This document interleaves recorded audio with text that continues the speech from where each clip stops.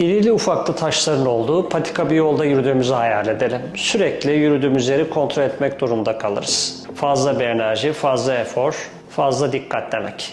Çene eklemimizde, dişlerimizde ideal olmayan bir kapanış varsa bu da beynimize giden fazla enerji, fazla efor, fazla uyarı demek. Biz bunu önlemek için ne yapıyoruz? Splitler yapıyoruz. Alt çeneye uyguladığımız splitlerden sonra sanki patika yoldan düz yürüyüş yoluna geçiyormuş gibi oluruz.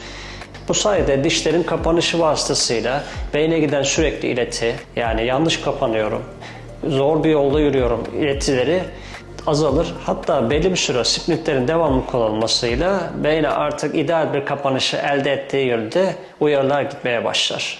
Bununla birlikte çene yüz kaslarındaki var olan gerginlikler nöral terapi uygulamalarıyla kolaylıkla giderilebilmektedir.